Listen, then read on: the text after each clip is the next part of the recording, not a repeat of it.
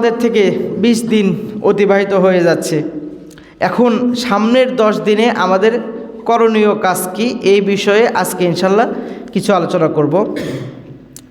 আমাদের সামনে সবথেকে বেশি করণীয় কাজ যেটা হচ্ছে এখন এই শেষের 10 দিনে, সেটা হচ্ছে এতেকাফ। আপনারা জানেন সেটা কি? এতেকাফ। এতেকাফ করার মাধ্যমে বান্দার সঙ্গে আল্লাহ পাক রব্বুল আলামিনের একটা সংযোগ স্থাপন হয়। এই সংযোগের মাধ্যমে বান্দা আল্লাহ পাক রব্বুল আলামিনের কাছে ক্ষমা নিতে পারে, কাছ থেকে ক্ষমা নিতে পারে, আল্লাহর কাছে প্রিয় হয়ে যায় এবং আল্লাহর নৈকট্য বান্দা হিসেবে সে দলিল পেয়ে যায়। তো এটা কিসের মাধ্যমে হয়? এতেকাফের মাধ্যমে। তো এতেকাফ সম্পর্কে আমাদের কিছু ধারণা রাখা দরকার, এতেকাফের ফজিলত সম্পর্কেও কিছু জানা দরকার, তাছাড়া তো গুরুত্ব আসবে না। তো এতেকাফ শব্দের শাব্দিক অর্থ আগে জানি। শাব্দিক অর্থ হচ্ছে নিজেকে কোনো জিনিসের দিকে মনোনিবেশন করা, নিজেকে কোনো জিনিসের দিকে মনোনিবেশন করা এতেকাফের অর্থ। আর একটা অর্থ হচ্ছে নিজেকে কোনো জায়গাতে আবদ্ধ রাখা, আটকে রাখা। এই সমস্ত অর্থ হচ্ছে এতেকাফের অর্থ, শাব্দিক অর্থ। পারিভাষিক অর্থ হচ্ছে সোয়াবের নিয়তে, আমি আবার বলছি, সোয়াবের নিয়তে নির্দিষ্ট নিয়মে মসজিদে অবস্থান করাকে এতেকাফ বলা হয়। সমাজে দেখবেন অনেক জায়গায় টাকা দিয়ে ভাড়া করে লোক রাখে। তার কি সোয়াবের উদ্দেশ্য থাকে? বলেন, যদি সোয়াবেরই উদ্দেশ্য থাকতো তাহলে তাকে টাকা দিয়ে কেন বসান লাগলো? সে তো নিজের ইচ্ছায় বসতো। আপনাদের এলাকায় না, এই জন্য বুঝতেছেন না, কিন্তু বাংলাদেশের অধিকাংশ গ্রামগুলোতে এই পরিস্থিতি। একটা লোকও এতেকাফে বসার মতো পাওয়া যায় না। পরে টাকা দিয়ে, দিন হিসাব করে টাকা দিয়ে ভাড়াই লোক রাখা হয়। তার এতেকাফ হবে? বলেন, হবে না। কারণ সোয়াবের নিয়তে নির্দিষ্ট নিয়মে মসজিদে অবস্থান করাকে এতেকাফ বলা হয়। তো এতেকাফ আমরা জানলাম কাকে বলে।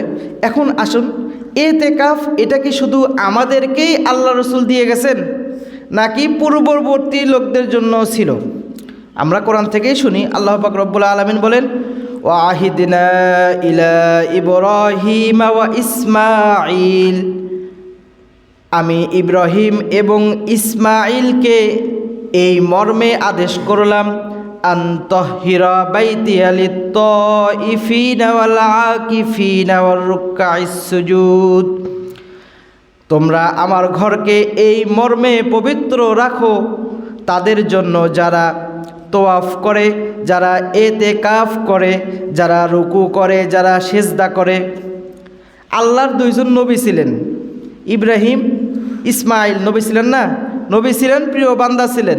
তাদেরকে আল্লাহ আদেশ করছেন, তোমরা আমার ঘরটাকে তাদের জন্য পবিত্র রাখো যারা তোয়াফ করবে, মানে মসজিদে হারামের কথা বলা হচ্ছে, যারা তোয়াফ করবে, যারা এতেকাফ করবে মানে অবস্থান করবে, এতেকাফ করবে, যারা রুকু করবে, সিজদা করবে, এই সমস্ত লোকদের জন্য পবিত্র করে রাখো।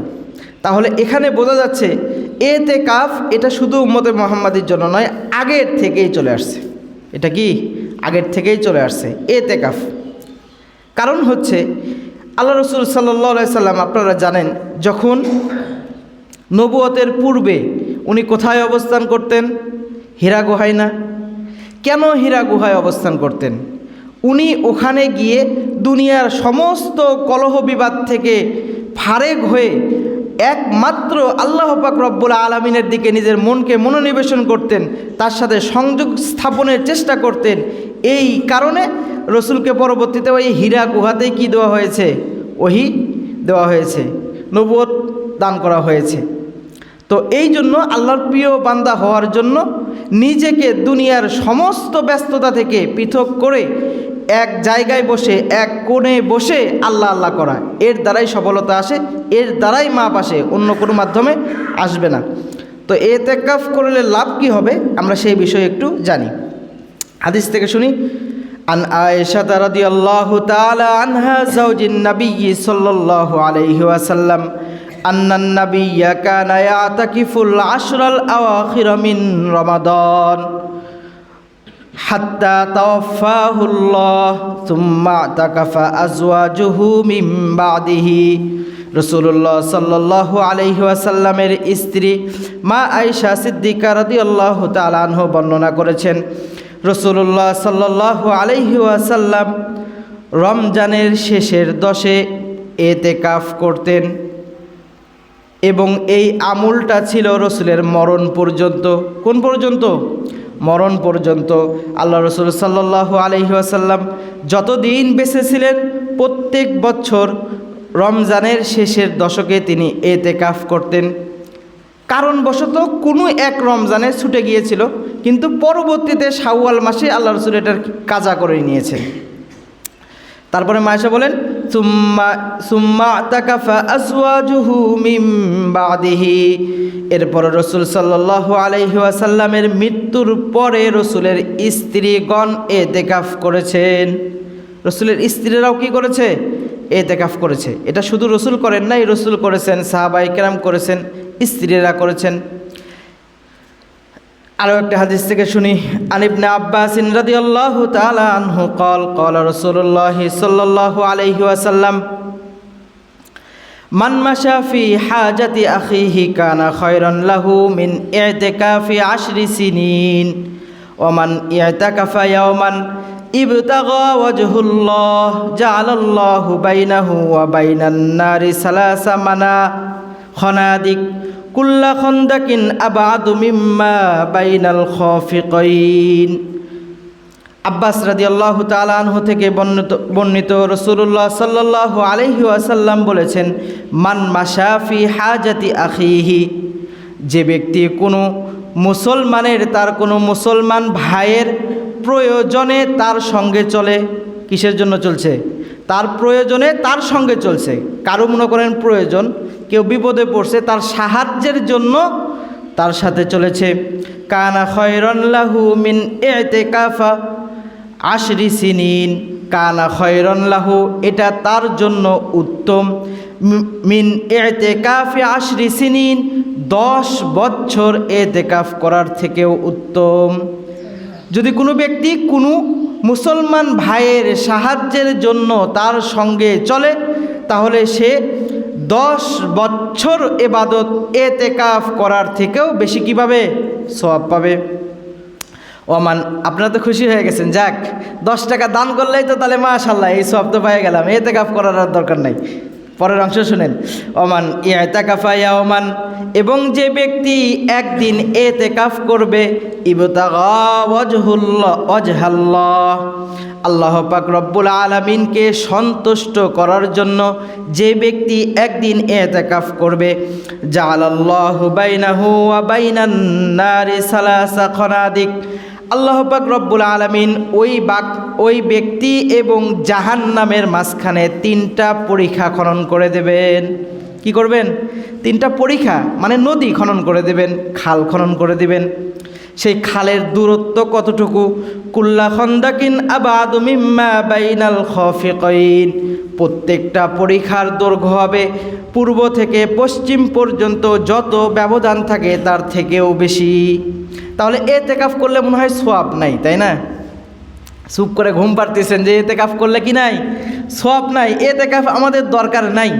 দান করলাম 10 বছর এতেকাফের সওয়াব পাইয়া গেলাম, আর এতেকাফ করার দরকার নাই। আসলে এতেকাফ করলে আপনার কি পরিমাণ উপকার হবে এটা তো হাদিস থেকেই জানলেন, এটা তো আমার কথা না। আমি যদি বলি আপনারা হয়তো মনে করবেন যে হুজুর বানায়া বলতেছে, নিজের থেকে বানায়া বলতেছে। আমি তো আমার কথা বলতেছি না, হাদিসের কথাটাই আমি আপনাদের শোনাচ্ছি, আরবি সহ, ইবারত সহ। এই জন্য এতেকাফ করতে হবে। আরও একটা হাদিসে আছে, আন ইবনে আব্বাস রাদিয়াল্লাহু তাআলা আনহু قال قال رسول الله صلى الله عليه وسلم في المعتكف, আল্লাহ রসুল সাল্লাল্লাহু আলাইহি ওয়াসাল্লাম এতেকাফকারীদের সম্পর্কে বলেছেন, হুয়া ইয়াকিফুজ জুনুব, সে গুনাহ থেকে বিরত থাকে। যে এতেকাফ করে সে সমস্ত গুনাহ থেকে বিরত থাকে, ফারেক থাকে। ওয়ায়ুজরা লাহু মিনাল হাসানাত, এবং তার জন্য সমস্ত নেকি লেখা হয়। কামিলিল হাসানাতি কুল্লিহা, দুনিয়াতে অন্য মানুষ যত নেকি করে এই রকম সমস্ত নেকি এতেকাফকারীর জন্য লেখা হয়। আমার আপনার তো সওয়াব দরকার নাই, নেকি দরকার নাই, বাহিরে ঘুরে বেড়াবো আর নেকির তালাশ করব।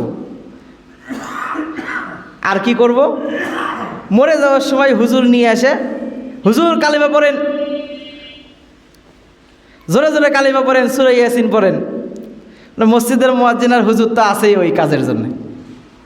মরে গেছে, দোয়া পড়েন, দোয়া পড়েন, মিনহা খলাকনাকুম ওয়া ফিহা নুঈদুকুম ওয়া মিনহা নুখরিজুকুম, আরও কি দোয়া পড়া লাগে, সূরা পড়া লাগে, পড়েন। তখন নেকি দরকার, এখন নেকি দরকার নাই। বাঁচে থাকতে নেকি দরকার নাই আমাদের, অথচ নেকি এই সময়ই দরকার। আর নেকির মাধ্যমটাই হচ্ছে এতেকাফ।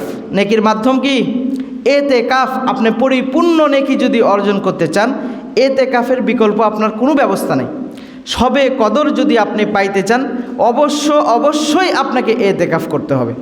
এতেকাফ করবেন না আর আপনি সবে কদর তালাশ করবেন, এটা সম্ভব নয়, পারবেন না আপনি। কেমনে আপনি তালাশ করবেন? কারণ সবে কদর সম্পর্কে আল্লাহ রাসূল সাল্লাল্লাহু আলাইহি ওয়াসাল্লাম নির্দিষ্ট কোনো দিন বলে যাননি যে এই দিনই সবে কদর হবে। হ্যাঁ, উনি বলে গেছেন বেজর রাতগুলোতে তোমরা সবে কদর তালাশ করো, যেরকম আজকের রাত, 21-এর রাত, 23-এর রাত, 25-এর রাত, 27-এর রাত, 29-এর রাত। এই রকম আমরা তো 27-এর রাতটাকে খাস বানিয়ে নিছি, 27-এর রাতেই সবে বরাত, অন্য আর কোনো রাতে ইবাদত নাই, দরকারও নাই। মানে মানুষ দেখবেন তারাবির নামাজ 8 রাকাত পরে দূর করে দৌড়, সবাই 2-4 রাকাত যদি নফল পড়তে বলা হয় তাও পড়বে না। না হুজুর ভাল লাগে না, বাড়ির যেয়ে পড়বো নি। বাড়ির যেয়ে যে আপনি ফোন নিয়ে ইউটিউবের মধ্যে আর ফেসবুকের মধ্যে ঢুকে কতই পড়েন সেটা আল্লাহই ভালো জানে, আমাদের জানার দরকার নাই, সেটা আল্লাহ ভালো জানে। তো এই জন্য এতেকাফের গুরুত্ব সব থেকে বেশি। আরও একটা হাদিস শোনাই। আল্লাহ রাসূল সাল্লাল্লাহু আলাইহি ওয়াসাল্লাম বলেছেন, মান ইতাকাফা আশরান ফি রমাদান কানা কা হাজ্জাতাইনি ওয়া উমরাতাইন। আল্লাহ রাসূল সাল্লাল্লাহু আলাইহি ওয়াসাল্লাম বলেছেন, যেই ব্যক্তি এতেকাফ করবে রমজানের শেষের 10 দিন, তার জন্য 2টা হজ এবং 2টা উমরার সওয়াব দেওয়া হয়। এই হাদিসটা একটু দুর্বল, কিন্তু দুর্বল হলেও আমলের দিক দিয়ে ঠিক আছে। অন্য হাদিস দ্বারা এই হাদিসের তায়িদ করা হয়েছে, মজবুত করা হয়েছে। এই হাদিসের সমর্থনে আরও অনেকগুলো হাদিস পাওয়া যায়। তাহলে রমজানে এতেকাফ করলে 2টা উমরা এবং 2টা হজের সওয়াব পাওয়া যায়। এই কাজ তো আমরা করব না, আমরা করব কি? 7 লাখ টাকা খরচ করে মক্কায় যায় হাজি হয়ে আসে, নামের আগে কি লাগাতে হবে? আলহাজ লাগাতে হবে। আমরা তো এটা বুঝি, এই যে কালেকশন করি, সিটি মিটি নিয়ে যাই অনেকের কাছে। এখন নামের আগে অনেক মুরব্বির যদি আলহাজ না লেখি, তাহলে যে কি পরিমাণ খেপে, এই হুজুর আপনি আলহাজ লিখলেন না কেন? আশ্চর্য কথা, ওই যে 7 লাখ টাকা খরচ করে আসছে, ওই টাকার গরম। অথচ কবুল হজের সোয়াব আমরা সাধারণ ছোট ছোট ইবাদতের মাধ্যমেই কবুল হজের সোয়াব কামাই করতে পারি।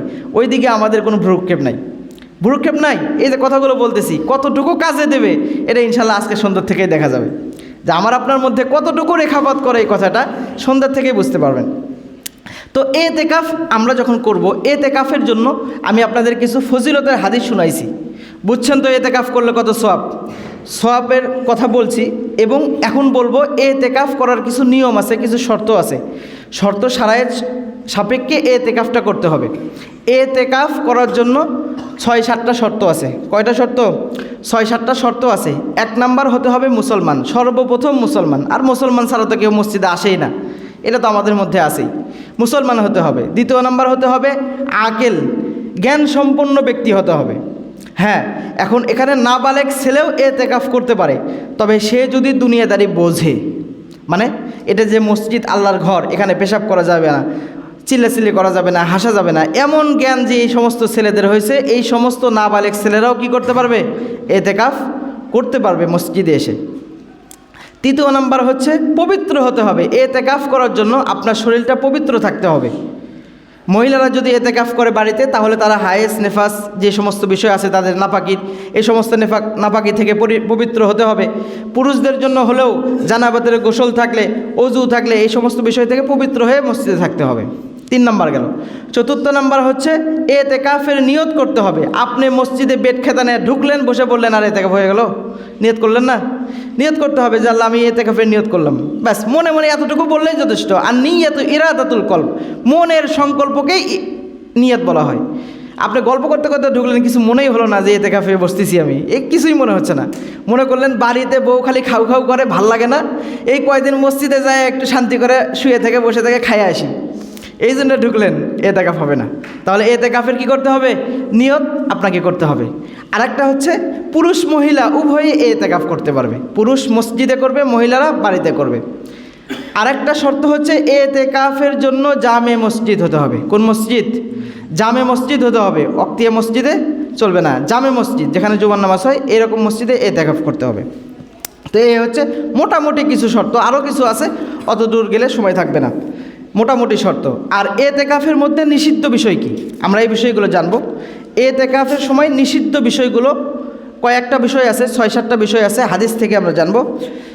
আন আয়েশা রাদিয়াল্লাহু তাআলা আনহা قالت السنة على المعتكف ألا يعود مريضا ولا يشهد جنازة ولا يمسى امرأة ولا يباشرها ولا يخرج لحاجة إلا لما لا بد منه ولا اعتكاف إلا بصوم ولا اعتكاف إلا في مسجد جامع। মা আয়েশা সিদ্দিকা রাদিয়াল্লাহু তাআলা আনহা থেকে বর্ণিত, আল্লাহ রাসূল সাল্লাল্লাহু আলাইহি ওয়াসাল্লাম বলেছেন, এতেকাফকারীদের জরুরি নিয়ম, এতেকাফকারীদের জরুরি নিয়ম হচ্ছে আল্লা ইয়াউদা মারিজান, সে এতেকাফে থাকা অবস্থায় কোনো অসুস্থ ব্যক্তিকে দেখতে যেতে পারবে না। একজন ব্যক্তি অসুস্থ, আপনি এতেকাফে বসছেন, কই না এটাও তো একটা সওয়াবের কাজ। বাঙালি দেখেন কি যুক্তি খাটায়, বলছে, আমাকেই বলছে, কয় হুজুর এতেকাফে বসছি, এটাও তো সওয়াবের কাজ। একজন মানুষ অসুস্থ, তাকে দেখতে যাও, এটাও তো সওয়াবের কাজ। আমি তো সওয়াবের কাজের মধ্যেই আছি, আমি তো দুনিয়াবি কোনো কাজের মধ্যে যাইনি। এতেকাফ হবে না কেন? আপনার এতেকাফ হবে না। মসজিদে থাকলে মসজিদেই আপনাকে থাকতে হবে, কোনো অসুস্থ ব্যক্তিকে দেখতে যাইতে পারবেন না। ওয়ালা ইয়াশহাদা জানাজাতান, আপনি কোনো জানাজায় শরীক হতে পারবেন না, জানাজায়ও আপনি যায় শরীক হতে পারবেন না। আপনি একজন মারা গেছে, আপনি যে বের হয়ে জানাজায় শরীক হচ্ছেন, চলবে না। হ্যাঁ, মসজিদের বারান্দায় থেকে জানাজা করা যায় কি না এই বিষয়ে ইখতিলাফ আছে। কেউ কেউ বলছেন মসজিদের বারান্দায় দাঁড়ায় জানাজা করা যায়, আবার কেউ কেউ বলছেন দরকার নাই, সে এতেকাফেই থাকবে, ওখান থেকেই তার সওয়াব হয়ে যাবে। ওয়ালা ইয়ামসা ইমরাআতান, 3 নম্বর হচ্ছে আপনি কোনো মহিলাকে স্পর্শ করতে পারবেন না। ওয়ালা ইউবাশিরাহা, তার সঙ্গে আপনি সহবাস করতে পারবেন না। আপনার স্ত্রী যদি হয়, আপনি তার সঙ্গে সহবাসও করতে পারবেন না, তাকে আপনি কি করতে পারবেন না? শাহওয়াতের সাথে স্পর্শ করতে পারবেন না, মানে উত্তেজনার সাথে। ওয়ালা ইয়াখরুজা লিহাজাতিন ইল্লা লিমা বুদ্দাল ইল্লা লা বুদ্দা মিনহু, এবং আপনি একেবারে প্রয়োজন ছাড়া মসজিদ থেকে বের হতে পারবেন না। এখন প্রয়োজন বলতে কি বোঝায়? প্রয়োজন বলতে বোঝায় ইস্তেঞ্জা, পেশাব পায়খানা, এটা আপনার একটা প্রয়োজন না? গোসল, এটা আপনার একটা প্রয়োজন। হ্যাঁ, মসজিদের এরিয়ার মধ্যে থেকে আপনি এটা করতে পারবেন, ইস্তেঞ্জা করবেন, পেশাব পায়খানা করবেন। কিন্তু গেছেন ওখানে পেশাব করার জন্য, আর একজন সলিমউদ্দিন চাচা আছে, আর গল্প শুরু করে দিয়েছেন, কে চাচা কী খবর, আমার দোকানের বেচাকেনা কী হচ্ছে, গল্প হচ্ছে ওখানে, করতে পারবেন না আপনি। ব্যবসা করতে হলে মসজিদে বসে থেকে আপনি ব্যবসা করতে পারেন, কিন্তু বাহিরে নেয় কোনো গল্প করা চলবে না। এতেকাফ আমরা করি, আসলে নিয়ম কতটুকু জানি কি না, 1 বছর পরে যেহেতু রোজা আসে, অনেকের মনেও থাকে না এগুলো বিষয়, এই জন্য কথাগুলো বলতেছি। বাইরে যায় গল্প করতে পারবেন না। ইস্তেঞ্জা যতটুকু সময় আপনার দরকার অতটুকু সময় দিয়ে চলে আসবেন। ভালো লাগতেছে না, এমনি বাইরে যায় দাঁড়ায় আছেন, গরম লাগতেছে, বাইরে যায় একটু বাতাস হচ্ছে, দাঁড়ায় আছেন ওখানে, চলবে না এরকম। এতেকাফ নষ্ট হয়ে যাবে। কি হবে আপনার? এতেকাফ নষ্ট হয়ে যাবে। গোসল করতে গেছেন, গোসল করবেন, চলে আসবেন, বাস কাজ শেষ আপনার। আপনার মসজিদে সবসময় বসে থাকবেন। ওয়ালা ইআতিকাফা ইল্লা বিসাওমিন, রোজা ছাড়া এতেকাফ হবে না। রোজা ছাড়া এতেকাফ হবে না। এতেকাফ করার জন্য আপনাকে অবশ্যই রোজা থাকতে হবে। আপনি রোজা থাকবেন না, এতেকাফ করবেন, এতেকাফ হবে না। নফল এতেকাফ হবে, হবে না না। এতেকাফ 3 প্রকার। কয় প্রকার? এতেকাফ 3 প্রকার। একটা ওয়াজিব এতেকাফ, আর একটা সুন্নতে মুআক্কাদায়ে কিফায়া, এই রমজানের শেষের 10 দিনের এতেকাফ, আর একটা নফল এতেকাফ। ওয়াজিব এতেকাফ বলা হয় আপনি মান্নত করছেন যে আল্লাহ আমার ছেলে যদি সুস্থ হয় আমি মসজিদে 10 দিন এতেকাফ করব। তাহলে মসজিদে আসে আপনার 10 দিন এতেকাফ করতে হবে, সাথে সাথে আপনাকে রোজাও রাখতে হবে। ওই এতেকাফ আপনার রমজান মাস হোক বা না হোক, 10 দিন আপনাকে এই রমজানের 10 দিনের মতো আসে মসজিদে আসে বসে থেকে রোজার সহিত এতেকাফ করতে হবে। এটা হচ্ছে ওয়াজিব এতেকাফ। সুন্নতে মুআক্কাদায়ে কিফায়া, যেটা হচ্ছে রমজানের শেষের 10 দিনের এতেকাফ। সুন্নতে মুআক্কাদা যদি থাকতো আমাদের সকলকে এতেকাফ করতে হতো, নাহলে গুনাহ হতো। যদি সুন্নতে মুআক্কাদা থাকতো, কারণ রসুলের সাহাবীরা সুন্নতে মুআক্কাদা জহরের পরের 4 রাকাত না 2 রাকাত আগের 4 রাকাত না পড়লে কি হয়? গুনাহ হয়। ফজরের আগের 2 রাকাত না পড়লে গুনাহ হয়, সকলকেই পড়তে হয়। তো এইভাবে রসুলের জামানাতে রসুল করেছেন, সাহাবায়ে কেরাম করেছেন। হ্যাঁ, কিছু কিছু সাহাবায়ে কেরাম এতেকাফ ছেড়ে দিয়েছেন, রসুল তাদেরকে ধমক দেননি, গাল পারেননি। এই জন্যই সুন্নতে মুআক্কাদায়ে কিফায়া, যে মহল্লার থেকে কিছু লোক যদি নিজের ইচ্ছে করে আদায় করে দেয় তাহলে সকলের ওপর থেকে কি হয়ে যায়? এটা আদায় হয়ে যায়। এটার জন্য রোজা আপনাকে রাখতে হবে। আর এই এতেকাফ 10 দিনই করতে হবে। আপনি 1 দিন 2 দিন করবেন, ওটা নফল হবে। আর নফল এতেকাফ যে কোনো সময় আপনি মসজিদে ঢোকার সময় নিয়ত করলেন, না হয়তো সুন্নাতুল এতেকাফ, বাস এতেকাফ হয়ে গেল। বা মনে মনে ইচ্ছা করলেন যে আল্লাহ আমি এতেকাফের নিয়ত করলাম, বাস এতেকাফ হয়ে গেল, আর কোনো দরকার নেই। যতক্ষণ থাকবেন আপনি এতেকাফের সওয়াব পাবেন, বাইর হয়ে যাবেন এতেকাফ শেষ হয়ে যাবে। তবে ওটার জন্য রোজা শর্ত নয়। তাহলে এই এতেকাফ যারা করবে তাদের জন্য রোজা থাকা শর্ত। ওয়ালা ইতিকাফা ইল্লা ফি মসজিদিন জামিইন, এবং জামে মসজিদে এতেকাফ করতে হবে। যেই মসজিদ জামে মসজিদ, ওই মসজিদে কি করবেন? এতেকাফ করবেন। তাহলে আমরা মোটামুটি এতেকাফের বিষয়গুলো জানলাম। আরেকটা বিষয় হচ্ছে, যেহেতু আজকে থেকে শবে কদর, আজকে রাত থেকে কি শবে কদর শুরু হবে, শবে কদরের বেজর রাতগুলিতে আমরা বেশির থেকে বেশি ইবাদত করার চেষ্টা করব। ওইদিকে আমি যাব না, কারণ ওই রাতে জিবরাইল আমিন দুনিয়াতে আগমন করেন ফেরেশতাদের একটা দল নিয়ে। আপনারা জানেন ইতিহাসগুলা। সকলের সঙ্গে কি করেন? মুসাফা করেন, দোয়া করতে থাকেন, শেষ সুবে সাদেকের আগ পর্যন্ত এরকম করতে থাকেন, তারপরে চলে যান। তো এই রাতে আমাদের রুজি বিভিন্ন বিষয় সম্পর্কে নির্ধারণ করা হয়। তো এগুলো আমরা যেহেতু সকলেই জানি, এই জন্য বেজর রাতগুলোতে আমরা বেশি থেকে বেশি ইবাদত করব। যদি একেবারেই না পারি, অন্তত পক্ষে তারাবির নামাজটা জামাতের সহিত পড়ব, ঈশার নামাজটা জামাতের সহিত পড়ব, তারাবির নামাজটা পড়ব, 2-4 রাকাত নফল পারলে পড়লাম, না পড়লে যায় ঘুমাবেন, শেষ সাথে ওটা তাহাজ্জুদ পড়বেন। কি পড়বেন? তাহাজ্জুদ পড়বেন। নিজের প্রয়োজনের কথাগুলো আল্লাহকে বলবেন যে আল্লাহ আমার এই জিনিসটা দরকার, আমি এই অভাবের মধ্যে আছি, আমি এই টেনশনের মধ্যে আছি, আমার এই যত ঝামেলা আছে সব ঝামেলার কথা আল্লাহর কাছে বলবেন, বিশেষ করে এই বেজর রাতগুলোতে। আর এতেকাফের নিয়ত করবেন। আরেকটা বিষয় হচ্ছে, আমি গত রমজানে আপনাদের ফেতরার কথা বলেছিলাম, জাকাতের কথা বলেছিলাম।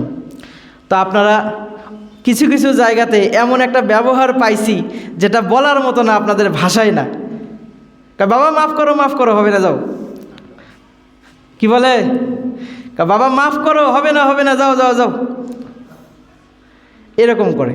তো দেখেন, আসলে কথাটা আমি এই জন্যই বলতেছি, শুধু আপনাদেরকে না, আরও অনেক লোকদেরকে বলতেছি কথাগুলো, যে আমরা মনে করি কোনো হুজুর, কোনো ছাত্র আমাদের দ্বারে আসলে ভিক্ষুকের মতো আসে। আসলে এটা আপনাদের ভুল ধারণা। কারণ হচ্ছে, আমরা হুজুররা বা ছাত্ররা নিজেদের পকেটের 1 টাকার জন্য আপনাদের দ্বারা দ্বারে যাই না। মনে রাখবেন এটা। আমরা আপনাদের ফ্রি সার্ভিস দিই, বিশ্বাস হয়? আমরা আপনাদের ফ্রি সার্ভিস দিই, আপনারা আমাদেরকে ফ্রি সার্ভিস দেন না। এটা দায়িত্ব ছিল আপনার দায়িত্ব গরিব দুঃখীর কাছে পৌঁছাইয়ে দেওয়া। গরিব দুঃখী আপনার দরবারে যাবে না, আপনার দায়িত্ব পৌঁছাইয়ে দেওয়া। বরং গরিব দুঃখী আপনার কাছে ঘুরতেছে, আর আপনার ভাব বাড়ে গেছে, হুজুর একটু আসুক, ভাব বাড়ে গেছে।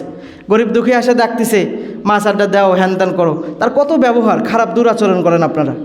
এটা আল্লাহ অসন্তুষ্ট হন, কারণ ওই হাতটা আল্লাহর হাত, ওটা গরিব দুঃখীর হাত নয়, ওটা আল্লাহর হাত। দুর্ব্যবহার করেন। আপনার দায়িত্ব এটা গরিব দুঃখী আর হুজুররা নিয়ে পালন করতেছে, আপনাদের দ্বারে দ্বারে ঘুরতেছে, আপনাকে জাহান্নাম থেকে বাঁচানোর জন্য হুজুররা চেষ্টা করতেছে। আর আপনারা কি করেন? আপনারা হুজুরদের থেকে ফ্রি সার্ভিস নেন, হুজুররা আপনাদের থেকে ফ্রি সার্ভিস নেয় না। যেমন হুজুর দোয়া করেন, আমার বাপ মরে গেছে, জিলেপি নিয়ে আসছি মসজিদে, দোয়া করেন। হুজুর দোয়া করলো, 2টা জিলেপি পাইল, সার্ভিসটা ফ্রি। এই সার্ভিসটাই যখন আপনি কোনো নেতার কাছে যান, তার কাছে প্রিয় হওয়ার জন্য যান, তখন কি করেন? তার কাছে কত হাদিয়া তোহফা গিফট নিয়ে যায়, না চাইতেও তার কাছে পিছনে ঘুরঘুর করেন কেন? তার যেন একটা সুদৃষ্টি আপনার উপর পড়ে, তার সঙ্গে ভালো একটা সম্পর্ক যেন হয়, এই জন্য ওখানে ঘুরতে পারেন আর এখানে ফ্রি। হুজুর দোয়া করেন আমার বাপ মায়ের জাহান্নাম থেকে উঠাইয়া জান্নাতে নিয়ে যান, দুটো জিলেবি আপনার জন্য। তাহলে সার্ভিস হুজুররা ফ্রি দেয় না আপনারা ফ্রি দেন বলেন? সার্ভিস আপনারাই ফ্রি সার্ভিস নেন হুজুরদের থেকে, হুজুররা আপনাদের কাছে ফ্রি সার্ভিস চায় না। তারপরেও তো বড় দুঃখের সঙ্গে বলতে হয় কথাগুলো। এই যে রমজান মাস যাচ্ছে দেখবেন অধিকাংশ মসজিদের ইমাম মুয়াজ্জিন 27 দিনের জন্য চাইয়ে থাকে। আপনারা মার্কেট করে এসে গল্প করেন, হুজুর আজকে নামাজে ছিলাম না, মার্কেটে গেছিলাম। বড় দুঃখ লাগে কথাগুলো। আর হুজুরকে বসায় রাখছেন 27-এও দেয় না অনেকে, ভাই ভাঙতি নাই 2 দিন পরে দেবনি, ঈদের আগে দিলেই তো হলো না, এটাই তো করেন নাকি বলেন? তাহলে দেখেন আপনারা ফ্রি সার্ভিস নিচ্ছেন, অথচ দোয়া হচ্ছে অন্তরের খুশি, এটাই হচ্ছে দোয়া। আপনি দোয়া চাইলেন কারো থেকে, আপনি খতম পড়াই নিলেন ছাত্রদেরকে নিয়ে এসে, কি দিলেন? 2 টুকরো গোস্ত দিয়ে ভাত খাওয়ায় ছাড়ে দিলেন, হয়ে গেল খতম। তাহলে ওই ছেলেটার মন থেকে দোয়া কেমনে আসবি? আর একটা হুজুরকে আপনি দোয়া করে নিছেন, তার জন্য আপনি কিছুই করেননি, ফ্রি সার্ভিস নিচ্ছেন, তাহলে ওই ফ্রি সার্ভিসটা আপনার কত ভালো হবে না? কথাগুলো শুনতে হয়তো আপনাদের কাছে খারাপ লাগতেছে, কঠিন লাগতেছে যে হুজুর এই কথাগুলো কেন বলে। আসলে আমি আপনাদের এটাই বুঝাচ্ছি যে হুজুররা আপনাদের কাছ থেকে মাংনা কোনো জিনিস চায় না, বরং আপনাদের উপকার করার জন্য হুজুররা আপনাদের পিছে দৌড়ায়, সব সময় চিন্তা করে, ফিকির করে, দোয়া করে যে আল্লাহ এই মহল্লাবাসীদেরকে তুমি বাঁচাও, গুনার থেকে বাঁচাও, জান্নাত দাও, জাহান্নাম থেকে বাঁচাও। এই জন্য সব সময় হুজুররা ফিকির করে। আর আপনারা ফিকির করেন হুজুরদের সমালোচনা আর হুজুরদের দুর্বলতা নিয়ে। যারা তো ফকিরি বিদ্যা, এরা ফকির ঘুরে বেড়াচ্ছে, এই যে ঢুকছে একদল এলাকার মধ্যে, এখন বাড়ি বাড়ি যাবি 10 টাকা 20 টাকা করে যাবি, 5 টাকা কেমনে দেন, কোন ইয়েতে দেন, আপনারা জ্ঞানে দেন বলেন? আপনি যদি কারো কাছে চান আর হুজুর যদি আপনার জন্য 5 টাকার দোয়া করে দেয় যে আল্লাহ 5টা নেকি দান করো অমুককে, দোয়া চাইছে 5টা নেকি দাও, আপনি কি করবেন? ওই হুজুরের ইমামতি থাকবে? ওই হুজুরকে তখনই বিদায় করে দিবেন যে এই হুজুরের দরকার নাই, কেন 5টা নেকির দোয়া করছে আমার জন্যে। দোয়া পছন্দ না হলে দেখবেন মন খারাপ, 5টা নেকির দোয়া করছো, আর আপনি কেমনে 5 টাকা হুজুরের হাতে দেন, 2 টাকা কেমনে হুজুরের হাতে দেন, সেরা 10 টাকা কেমনে দেন হুজুরের হাতে? লজ্জা থাকার বিষয়, এগুলো বোঝার বিষয় ভাই। আসলে কথাগুলো কষ্ট নিয়ে বলতেছি, এমনি বলতেছি না, এটা কষ্টের বিষয়। এই জন্য সব সময় আপনারা খেয়াল করবেন যা আমরা হুজুররা যখন আপনাদের দ্বারে দ্বারে যায়, আপনাদেরকে কিছু বলে, মনে করবেন ইনশাল্লাহ সে আখিরাতের কোনো ফায়দার জন্যই বলতেছে, দুনিয়ার কোনো লাভের জন্য নয়। কোনোদিন কোনো হুজুর আপনাকে যায় বলছে যে 10,000 টাকা দেন একটা মোবাইল কিনবো, বলেন এরকম চাইছে কেউ? কোনো তালবে এলেম আপনাদের বাড়িতে যায় চাইছে যে 100টা টাকা দেন মোগলাই খাবো যায়, এরকম বলছে? বরং মাদ্রাসার জন্য, মসজিদের জন্য চাই। আর এটার জন্য আপনার উপকার, উখরবি উপকার। কিয়ামতের দিন মনে করবেন আল্লাহ যদি ধরে আরও একটু বেশি নিত, সোয়াবটা আরও তো বেশি পাইলাম নি, জোর করে যদি হুজুর নিল নি, মারে ধরেও যদি নিল নি, তাও তো সোয়াবটা একটু বেশি পাইতাম। এই কথা আপনারাই বলবেন, আমাকেই বলবেন, অন্য কাউকে না। আপনাদের যেহেতু এখন আমি ছোটোখাটো হলেও ইমাম হয়ে আছি, আমাকে এই কথাটা আপনারা বলবেন যে হুজুর বুঝাননি ভালো করে আপনি। তো যাই হোক, কথাগুলো বুঝতে পারছেন।